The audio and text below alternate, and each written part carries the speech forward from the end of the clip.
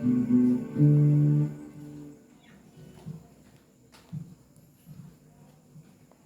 kita mendengarkan firman Tuhan, kita berdoa. Kami bersyukur buat kebaikan, buat anugerah Tuhan yang begitu besar bagi kami. Dan tiba saatnya Tuhan, kami akan mendengarkan firman Tuhan. Biarlah Engkau berfirman pada siang hari ini, dan kami percaya kuasa Roh Kudus-Mu yang bekerja, dan ada sukacita yang kami alami di hari ini Tuhan. Terima kasih Tuhan, kami siap untuk mendengarkan firman Tuhan dalam satu nama, dalam nama Tuhan Yesus Kristus. Haleluya. Amin. Puji Tuhan. Shalom. Shalom. Sekali lagi. Shalom. Shalom. Puji Tuhan. Bersyukur hari ini saya boleh bertemu dengan anak-anak yang ada di BB ini. Boleh bersyukur karena kebaikan Tuhan begitu besar, dan saya boleh bertemu dengan saudara-saudara seiman semua di kampus UBB ini. Puji Tuhan. Tadi saya sudah perkenalan ya. Masih ingat nama saya tadi? Masih. Ada di situ ya. Ada tulis di situ ya. Jadi masih. Puji Tuhan. Seperti yang sudah saya kenalkan tadi, saya berasal dari Sulawesi ya. Ada sini orang Sulawesi? Oh ya, ada ya, satu. Dari Sulawesi Manado, bukan? Manado Utara. Oh, puji Tuhan, ada kawan saya. Ternyata ada teman saya. Nah, puji Tuhan, saya berasal dari Sulawesi dan saya sudah sering ke UBB sini ya. Karena saya dapat istri orang Bangka asli ya. Orang Bajang, kalau ada sini yang pernah ke Bajang, orang Cina ya, istri saya. Puji Tuhan, dia alumni juga di UBB sini. Puji Tuhan. Respon yang sangat puji Tuhan. Alumni juga ya, tamatan tahun 2016. Nah, itu 2016. Jadi istri saya kuliah juga di UBB sini. Puji Tuhan, saya juga sudah beberapa kali ke kampus ini kampus yang sangat luar biasa yang Tuhan siapkan untuk kita menggali ilmu untuk masa depan kita. Nah, puji Tuhan, dan saya berterima kasih juga kepada pengurus LKM ya di UBB ini. Kemarin hari apa kalau salah itu hari Kamis, saya dapat WA dari Bang Doni. Bang Deni ada? Deni ya? Mana Bang Deni? Lagi keluar. Gak apa-apa. Ya, saya dapat tugas, katanya bisa nggak pelayanan bersama-sama dengan anak-anak kuliah di kampus UBB. Puji Tuhan, kalau dikasih kesempatan, oke, saya melayani. Nah, saya asal dari GP saya dari GPDI Pangkal Pinang ya. Ini sudah pernah ke GPDI Pangkal Pinang ya. Waktu itu ada acara, iya ya. Ini saya bawa kawan, dia masih SMA ya. Tapi rencana mau masuk ke BB ya. Saya bawa kawan, puji Tuhan, ke gereja. Nah, puji Tuhan, kalau saya boleh berada di sini, boleh berada bersama dengan saudara-saudara seiman, semua karena anugerah, semua karena kemurahan Tuhan, dan luar biasa semangat kita untuk memuji Tuhan tidak terkalahkan. Amin. Puji Tuhan, semangat kita untuk memuliakan nama Tuhan itu adalah satu hal yang sangat luar biasa. Dan saya percaya kita semua memiliki masa depan yang cerah di hadapan Tuhan. Amin. Karena Tuhan sudah menaruh setiap kehidupan kita, dipanggil untuk menjadi anak-anak Tuhan yang luar biasa. Nah, puji Tuhan, mungkin itu saja perkenalan saya. Saya sudah memiliki anak ya. Anak saya satu, umurnya baru 4 tahun ya, masih kecil. Nah, puji Tuhan. Saat ini kita akan masuk dalam firman Tuhan. Kemarin saya dapat tema yaitu move on. Nah, ini kalau kata move on ini sudah tidak asing lagi di telinga kita ya, apalagi anak-anak muda yang luar biasa ini. Anak-anak muda yang luar biasa, mungkin kalau soal move on ini sudah ngerti semua lah ya gimana. Atau di sini juga ada yang belum bisa move on? Ada? Ada juga yang belum bisa move on ya. Tapi saya akan berbicara pada saat ini bukan berbicara soal move on tentang bagaimana cara move on dari si doi, nah, gitu ya, tidak ya. Bagaimana saya bisa move on dari si abang ini ya, mungkin begitu. Saya tidak akan berbicara seperti itu, tetapi saya akan berbicara pada saat ini bagaimana kita melupakan masa-masa yang mungkin sulit untuk dilupakan. Nah, karena di dalam setiap kehidupan kita mungkin banyak masa-masa yang kelam, masa-masa yang buruk, masa-masa yang bisa dikatakan tidak bisa terlepaskan. Nah, saya akan berbicara bagaimana cara kita supaya kita mau dapat melepaskan hal-hal yang demikian, ya. Mungkin di sini masih ada yang menyimpan sesuatu hal yang istilahnya kepahitan kepada keluarga, mungkin seperti itu ya. Saya nggak tahu ya. Mungkin ada di sini yang masih menyimpan sesuatu kekecewaan yang mendalam kepada temannya, gitu, kepada saudaranya mungkin. Saya nggak suruh angkat tangan ya kalau siapa yang di sini mengalami demikian, nggak. Itu pribadi kita ya, pribadi kita. Nah, tapi setiap kita sebagai ya orang-orang yang setiap manusia yang ada di dunia ini memiliki banyak hal, memiliki hal-hal demikian, memiliki sesuatu hal yang mungkin sangat sulit untuk dilupakan, mungkin memiliki hal-hal yang buruk di masa-masa yang lalu. Tetapi pada saat ini kita mau belajar tentang kebenaran firman Tuhan seperti yang sudah dikasih ayat ke saya. Kita buka di dalam Yesaya.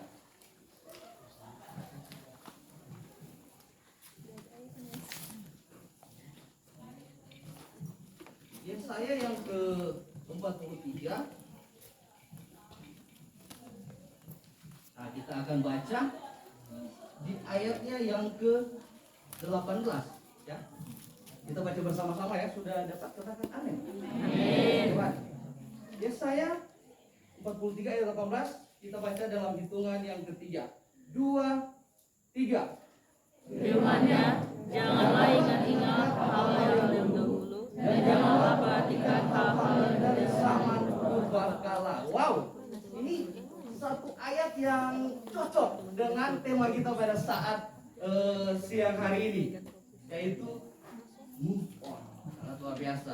Nah, firman Tuhan katakan di dalam Yesaya, janganlah ingat-ingat hal-hal yang dahulu. Jangan ingat-ingat, itu sesuatu kata.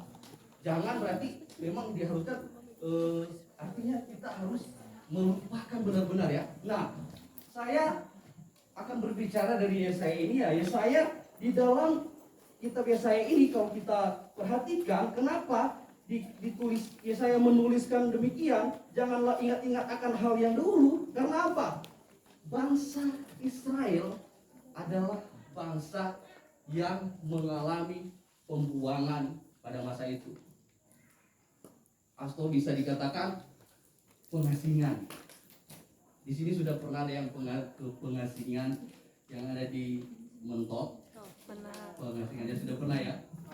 Saya orang Manado baru sekali, tapi kalau orang Bangka belum pernah ke sana. Sudah keterlaluan ya? Sudah pernah? Belum ya? Nah, saya sekali ke sana. Kebetulan ada acara saya ke sana. Nah, kalau berbicara soal pembuangan atau pengasingan itu sesuatu hal yang sangat menyakitkan. Ya enggak? Sesuatu hal yang sangat kita bisa dikatakan itu ditindas sedemikian rupa, tidak bisa dibayangkan hal-hal seperti itu. Nah, umat Israel memiliki hal yang demikian. Mereka bisa dikatakan hal ini sangat sukar untuk dilupakan bagi mereka. Teringat terus dari zaman ke zaman, dari mereka dijajah oleh bangsa Mesir. Wow, pokoknya banyak hal-hal yang luar biasa yang terjadi di tengah-tengah bangsa Israel pada waktu itu. Makanya di dalam firman Tuhan kepada Yesaya katakan kepada bangsa Israel, jangan ingat-ingat akan hal-hal yang dahulu. Jangan ingat-ingat. Tapi kalau kita sebagai manusia, orang namanya juga manusia, seringkali kita kita mengingat akan setiap hal-hal yang mungkin sulit untuk dilupakan. Saya kasih contoh aja ya. Yang pertama, kita mungkin mengalami sakit hati. Ya, ini sering terjadi. Saya juga pernah seperti itu. Saya juga pernah mengalami yang namanya sakit hati, baik di dalam pergaulan, baik di tengah-tengah keluarga, sering mengalami hal-hal seperti itu. Kadang itu bisa menjadi sesuatu pemikiran kita, kadang menuju kepada pemikiran negatif. Ujung-ujungnya banyak orang sekarang karena mengalami hal yang sakit hati, ujung-ujungnya dia cari jembatan yang tinggi, yang bisa dilombatin seperti itu ya. Tetapi saya yakin kalau anak-anak Tuhan nggak ada yang seperti itu. Amin. Anak-anak Tuhan tidak ada yang seperti itu. Nah, kita mengalami hal-hal mungkin yang sangat sulit untuk dilupakan, seperti halnya bangsa Israel. Tidak bisa melupakan hal-hal yang dahulu. Makanya ditegaskan dalam kehidupan mereka melalui firman Tuhan, jangan kamu ingat-ingat akan hal-hal yang dahulu. Itu firman Tuhan katakan sendiri loh kepada bangsa Israel. Nah, karena mereka memiliki sesuatu hal yang luar biasa. Bangsa Israel ini adalah umat kepunyaan Allah. Mereka selalu disayangi Tuhan. Mereka selalu dikasihi Tuhan. Nah, orang-orang yang percaya kepada Tuhan seperti halnya kita pada saat siang hari ini, kita semua adalah orang-orang yang dikasihi Tuhan. Amin. Orang-orang yang disayangi oleh Tuhan. Makanya kalau kita memperhatikan dalam firman Tuhan ini, ada hal yang kita dapat, berarti kita tidak harus mengingat hal-hal yang bisa menyakiti setiap kehidupan kita. Tetapi ada yang bilang, Om, kalau saya setiap kali ketemu dengan dia, pasti saya teringat apa yang dia berbuat kepada saya. Om, kalau saya ketemu dengan dia, pasti saya teringat hal-hal yang luar biasa yang dia berbuat kepada saya. Hal-hal yang menyakitkan seperti itu. Ada yang seperti itu. Tetapi ingat, kalau kita mau belajar dari setiap kebenaran firman Tuhan, kalau kita mau belajar dari setiap renungan kebenaran firman Tuhan, bahwa setiap kehidupan kita ini ada di tangan Tuhan. Amin. Masa depan kita ada di tangan Tuhan. Makanya Yesaya katakan kepada Israel pada waktu itu, jangan kamu ingat-ingat. Sebab apa? Tuhan mereka, penebus mereka, Yesus Kristus telah datang ke dunia untuk menyelamatkan setiap kehidupan mereka, termasuk saya dan saudara. Itu adalah hal yang sangat luar biasa yang boleh kita ambil, yang boleh kita terima dari kebenaran firman Tuhan. Jadi setiap kehidupan kita sebagai anak-anak muda yang ada, kita tetap harus terus belajar bahwa kita ini harus bisa move on dari hal-hal yang demikian. Ya, kita ini harus bisa melupakan hal-hal yang buruk. Kalau hal-hal yang baik, ya tentu kita kenang, ya kan? Hal-hal yang baik tentu kita kenang, kita ingat, kita kenang. Tetapi hal-hal yang menyakitkan, yang menyakiti setiap kehidupan kita, itu harus ditinggalkan, harus dilupakan. Karena itu bisa merusak setiap kehidupan anak-anak muda. Apalagi kalau anak-anak muda di sini, saya percaya memiliki masa depan yang cerah di mata Tuhan. Amin. Memiliki masa depan yang luar biasa di mata Tuhan. Amin. Tetapi kalau ada yang mengikat, itu kita tidak bisa berbuat apa-apa. Kalau ada yang mengikat kita tidak dapat berbuat apa-apa, kecuali kita menyerahkan sepenuhnya setiap kehidupan kita kepada Tuhan. Itu yang luar biasa yang Tuhan akan kerjakan dalam setiap kehidupan kita. Nah, saya akan kaitkan dengan ayat bacaan kita tadi di dalam Kisah Rasul ya. Filipi. Maksud saya Filipi. Filipi pasal yang ketiga ya.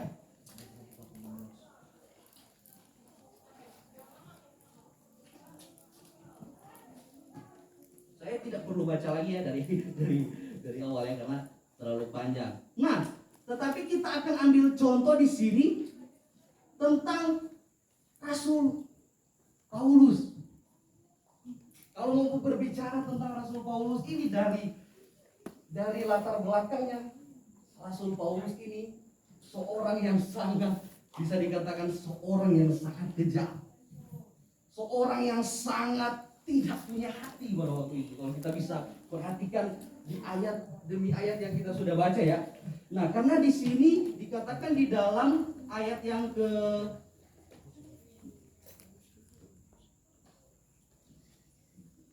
ayat yang ke-8. Maksud saya di ayat yang saya akan baca ayat yang ke-4 dulu ya. Sekalipun aku juga ada alasan untuk menurut percaya pada hal-hal lahiriah, jika ada orang lain menyangka dapat menaruh percaya pada hal-hal lahiriah, aku lebih lagi. Ayat 5, disunat pada hari ke-8 dari bangsa Israel dari suku Benyamin, orang Ibrani asli, tentang penderitaan terhadap kaum Taurat aku, orang Farisi. Ayat 6, tentang kegiatan aku, penganiaya jemaat, tentang kebenaran dalam mentaati hukum Taurat, aku tidak bercacat. Nah, kalau kita bisa lihat di dalam ayat yang ke-6 ini, Rasul Paulus ini dia orangnya, latar belakangnya itu adalah orang yang sangat kejam. Karena apa? Dia menganiaya orang-orang yang percaya. Dia menganiaya setiap mereka yang percaya kepada Yesus Kristus. Dia menganiaya kepada mereka yang suka beribadah kepada Yesus Kristus pada waktu itu. Tetapi kalau kita bisa melihat di sini, Rasul Paulus itu bisa memiliki perubahan yang luar biasa. Yang dari dulunya dia penganiaya jemaat, tetapi dia adalah pengikut Kristus. Sampai kalau kita bisa perhatikan baik-baik di dalam firman Tuhan yang kita sudah baca. Apa yang Rasul Paulus alami pada masa-masa lalu itu adalah hal yang sangat buruk. Bisa dikatakan sulit untuk dilupakan, sulit untuk dipahami orang-orang. Kenapa Rasul Paulus ini dia bisa menjadi pelayan Tuhan? Kenapa Rasul Paulus ini bisa menjadi seorang hamba Tuhan? Bisa berubah pikirannya untuk memberitakan kebenaran firman Tuhan. Yang dahulunya dia adalah penganiaya jemaat, tetapi sekarang dia dipenjarakan karena memberitakan Injil. Yang dahulunya dia adalah seorang yang luar biasa jahatnya, tetapi sekarang dia memberitakan firman Tuhan di mana-mana pada zamannya itu. Ada perbedaan yang luar biasa. Ada sesuatu perbedaan yang sangat bisa dikatakan sangat tidak bisa dipikirkan dengan akal sehat manusia.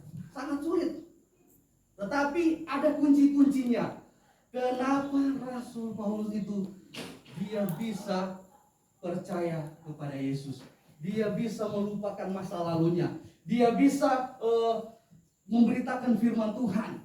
Yang dahulunya penganiaya, pembunuh, anak-anak bahkan sampai dibunuh kalau kita baca ke dalam kebenaran firman Tuhan. Sampai dibunuh anak-anak itu. Orang-orang tua semua dibantai. Pokoknya kalau yang namanya orang memuji, mengenal nama Yesus, dihajar. Tetapi ingat, Rasul Paulus ketika dia percaya kepada Tuhan, dia memberitakan kebenaran firman Tuhan, menjadi beda, menjadi baru di hadapan Tuhan. Nah, kenapa? Kalau kita perhatikan di dalam ayat-ayat demi ayat yang kita sudah baca tadi, di dalam ayat 21 juga dikatakan begini, karena bagiku, Filipi di ayat yang ke-8 ya, malahan segala sesuatu kuanggap rugi karena pengenalan akan Yesus Kristus Tuhanku lebih mulia daripada semuanya. Oleh karena dialah aku telah melepaskan semuanya itu dan menganggapnya apa? Sampah. Kalau berbicara soal sampah, artinya itu ya sudah dibuang, nggak berguna lagi. Tetapi kalau sampah-sampah yang biasanya di sini diolah ya menjadi ini. Tetapi saya tidak akan berbicara sampai di situ. Rasul Paulus ini dia memang benar-benar menganggap segala sesuatu yang dia perbuat pada waktu zaman itu, dia menganggapnya itu semua tidak berguna, dan dia menyebutnya itu sampah, tidak ada artinya.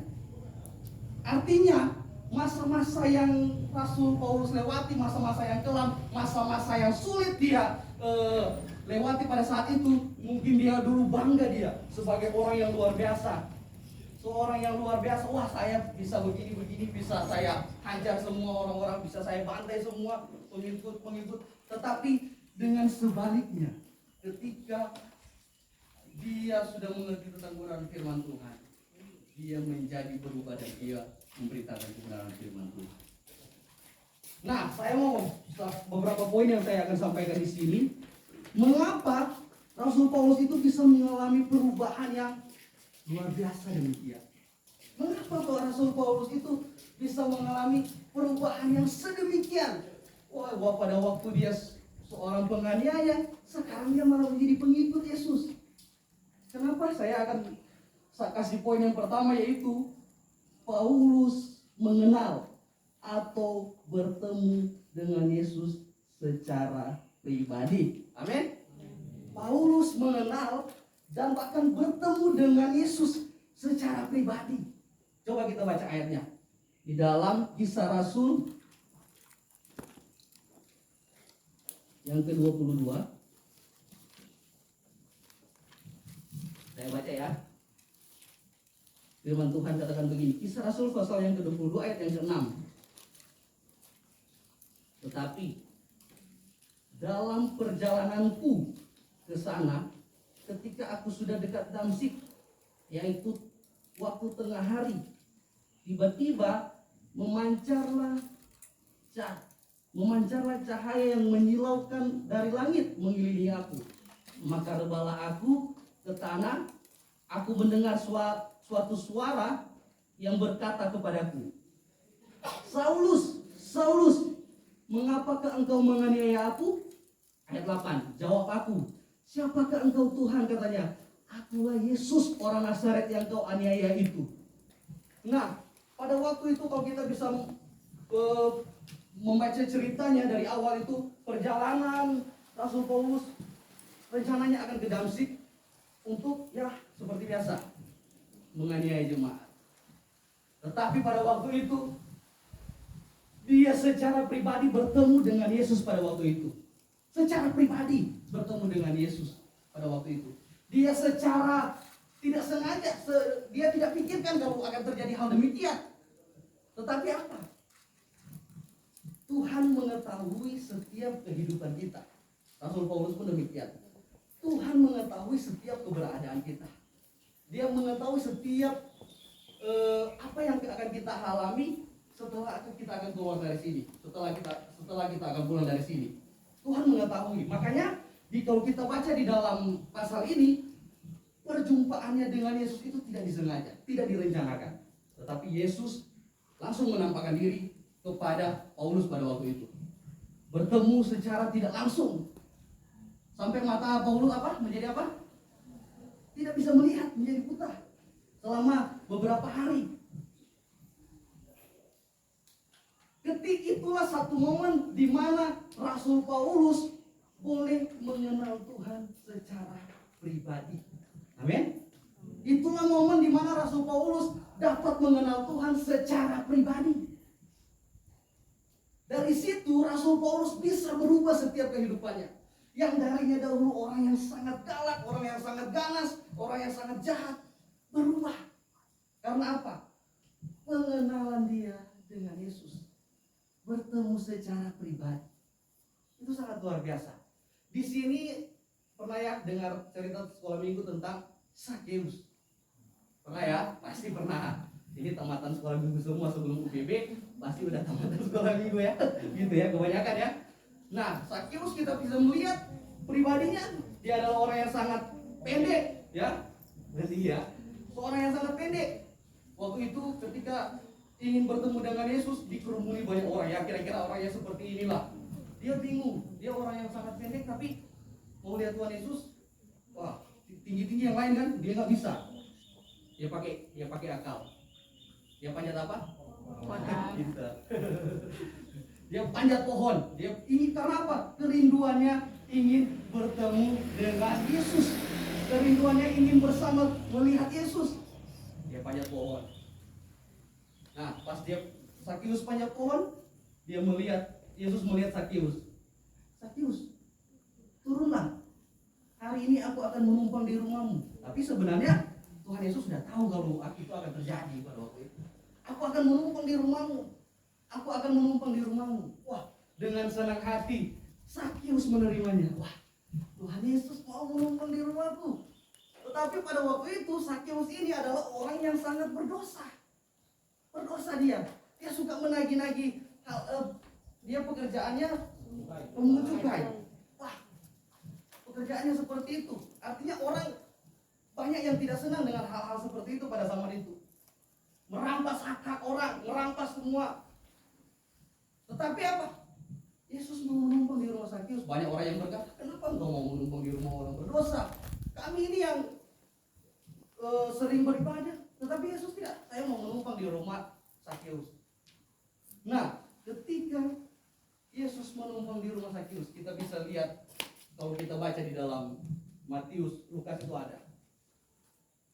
Itu ada terjadi perubahan yang luar biasa kepada Sakyus. Amin. Terjadi perubahan yang drastis. Dia kembalikan semua apa yang dia rampas. Oh, itulah mengapa sesuatu hal yang indah kalau kita secara pribadi dapat bertemu dengan Tuhan Yesus. Di sini ada yang sudah mengalami hal yang demikian. Mungkin kalau saudara pikir bertemu dengan Yesus bagaimana sekarang ini? Seperti apa? Kita kan nggak bisa lihat Tuhan Yesus lagi. Mungkin seperti itu ya pemikiran ya. Tetapi saya mau katakan kalau kita di zaman ini mau bertemu dengan Yesus secara pribadi, satu yang saya mau katakan, kalau kita ingin buka hati kita untuk Yesus, pasti Tuhan Yesus hadir di tengah-tengah kita, amin. Di dalam setiap kehidupan kita, apalagi kita sebagai semua di sini sebagai anak-anak kuliah harus membuka hati untuk Yesus, amin. Harus mengenal Yesus secara pribadi. Bagaimana sih Yesus itu, seperti apa sih? Saya mau katakan kalau kita semua boleh ada sampai saat ini, boleh bernafas, itu semua karena kemurahan Tuhan. Amin. Tidak bisa lepas dari kebaikan Tuhan. Kalau kita boleh kuliah dari tempat ini, tadi saya berbicara dengan beberapa orang, semuanya dari luar daerah. Wow, dari Sumatera, dari jauh semua, dari Medan semua. Saya berbicara, wah ini sesuatu hal yang luar biasa. Kalau kita boleh ada di Bangka Belitung ini, boleh kuliah di tempat ini, semua karena kemurahan Tuhan. Ya, jadi kita, bagaimana kita mengenal Yesus itu secara pribadi, ingat kebaikan Tuhan bagi kita. Amin. Ingat setiap kebaikannya bagi kita semua. Apa yang sudah Yesus perbuat bagi saya, apa yang sudah Yesus kerjakan dalam hidup saya, apa yang sudah Yesus nyatakan dalam setiap kehidupan saya. Bersyukur masih bisa bernafas, bersyukur masih bisa melewati pandemi. Karena saya juga termasuk salah satu anggota yang kena COVID, ya, di karantina di rumah, karantina mandiri. Tetapi karena kemurahan Tuhan, dengan segala ketakutan pada waktu itu, karena pada waktu itu bilangannya masih 100, jadi lagi heboh-hebohnya. Ya, kalau bilangan masih 100, wah jangan dekat-dekat katanya orang itu. Masih bilangan aslinya masih bisa dihitung, jadi satu kota bisa tahu gitu ya. Tetapi sekarang kan ya udah nggak tahu lagi siapa-siapa yang kena gitu. Tetapi kalau saya ada sampai saat ini, semua karena kemurahan Tuhan. Begitu juga dengan teman-teman sekalian. Kalau teman-teman semua boleh ada sampai saat ini, semua karena kemurahan Tuhan. Amin. Katakan di kiri kanan, semua karena kemurahan Tuhan. Iya, semua karena kemurahan Tuhan. Jadi bersyukur kita bisa mengenal Yesus secara pribadi. Percaya bahwa ketika kita mengalami suatu tekanan yang luar biasa, mengalami mungkin kepahitan yang luar biasa, seakan-akan tidak mampu lagi, kita berdoa sama Tuhan. Percaya ada sesuatu yang terjadi dalam setiap kehidupan kita. Dan saya percaya di tengah-tengah persekutuan kita di hari Sabtu ini, ada sukacita yang akan kita alami. Amin. Ada sukacita yang luar biasa yang akan selalu kita alami sebagai anak-anak muda yang ada. Jadi dalam setiap kehidupan kita sangat penting di mana kita mengenal Tuhan Yesus sebagai Tuhan dan Juru Selamat. Amin. Kenal Dia secara pribadi. Dia akan hadir dalam setiap kehidupan kita. Bahkan apapun yang menjadi kebutuhan kita, Tuhan tahu. Apalagi yang merantau ya. Sudah mau tanggal tua ini. Gitu ya. Ya saya juga mengalami karena saya perantau juga ya. Aduh, sudah mau tanggal tua ini, belum ada BRI, banking bunyi. Mau apa ini? Tinggal bisa mungkin makan nasi uduk itu plus setengah katanya. Tetapi puji Tuhan, kalau saya lihat semua saat ini dalam keadaan sehat semua karena kemurahan Tuhan. Itu kita harus mengucap syukur kepada Tuhan. Semua karena kemurahan Tuhan, semua karena kebaikan Tuhan. Nah, kita akan lihat apa yang menjadi poin kedua. Mengapa Rasul Paulus itu bisa mengalami perubahan yang luar biasa? Yang kedua, Paulus menganggap masa lalu sebagai apa? Sampah. Iya. Ini yang penting.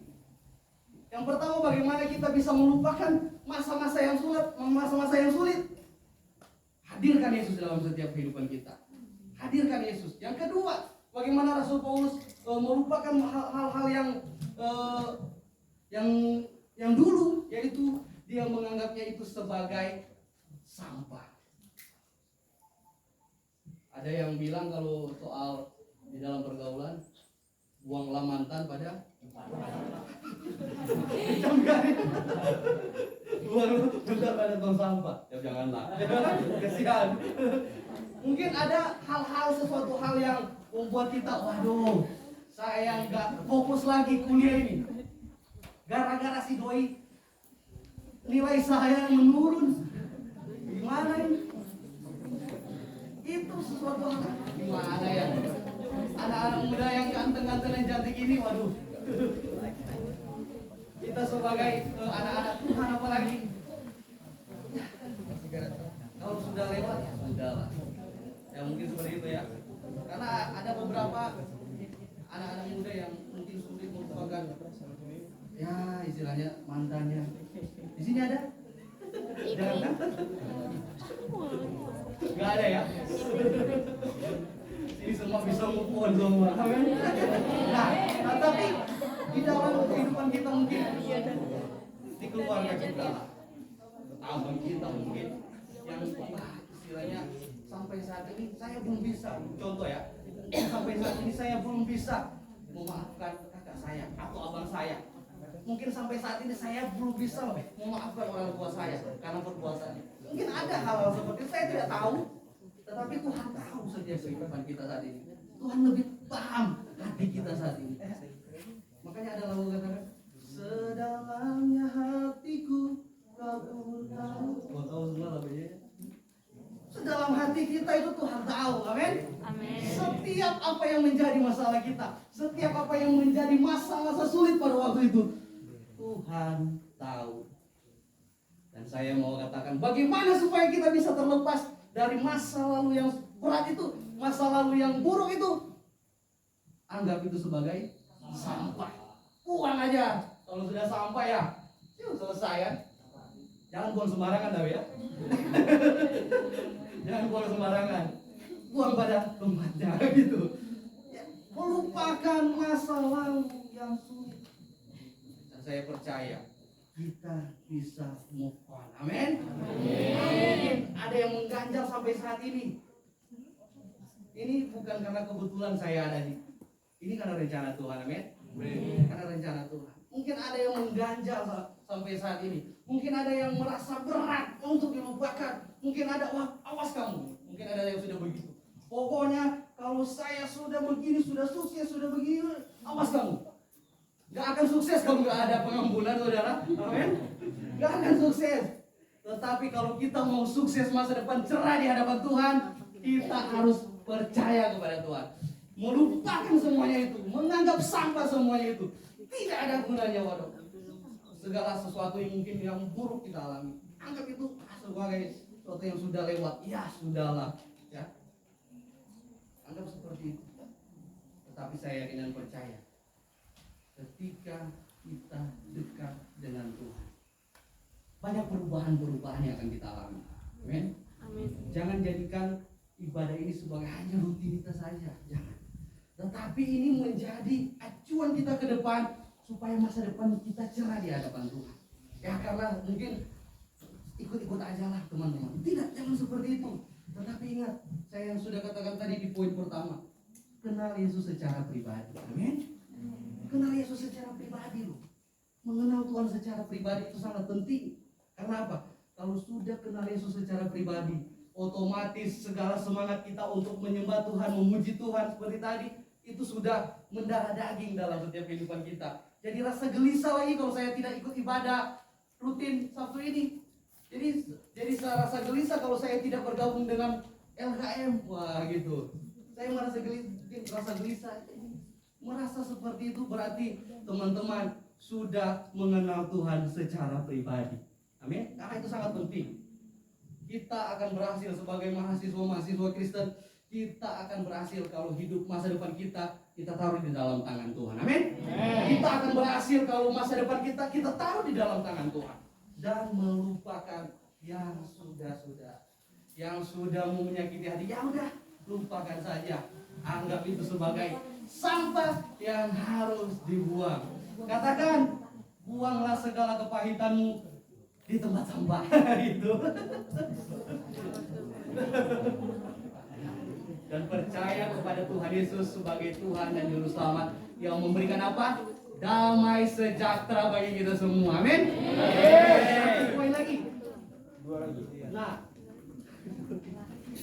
mengapa Paulus bisa mengalami perubahan? Yang ketiga, yaitu Paulus melupakan apa yang menjadi masa lalunya. Itu sangat penting.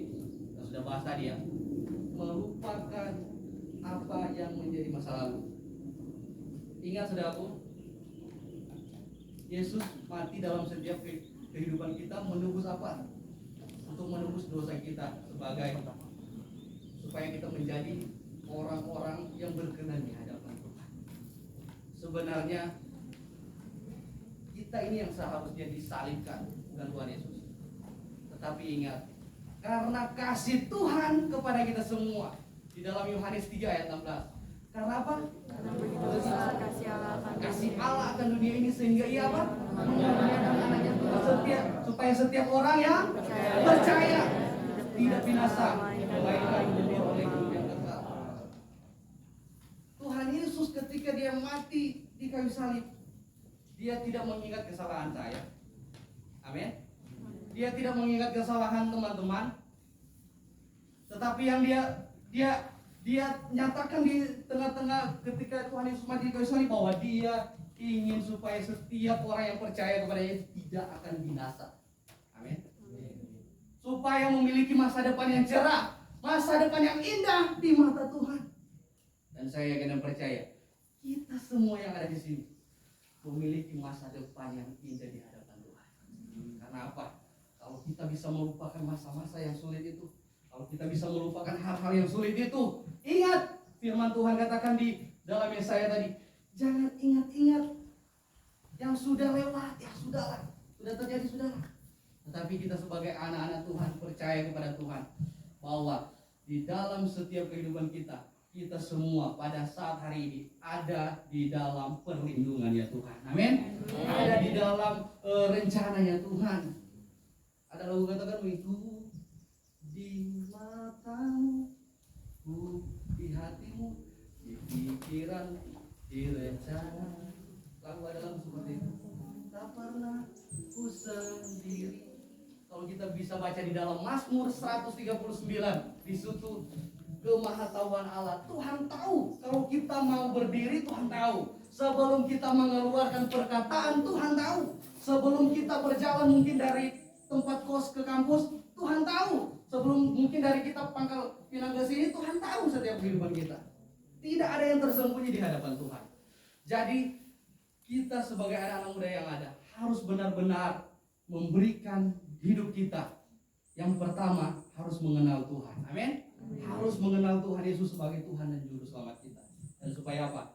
Ada masa depan yang indah, yang cerah, yang Tuhan akan sediakan dalam setiap kehidupan kita. Amin. Puji Tuhan. Pada sampai di sini kebenaran firman Tuhan.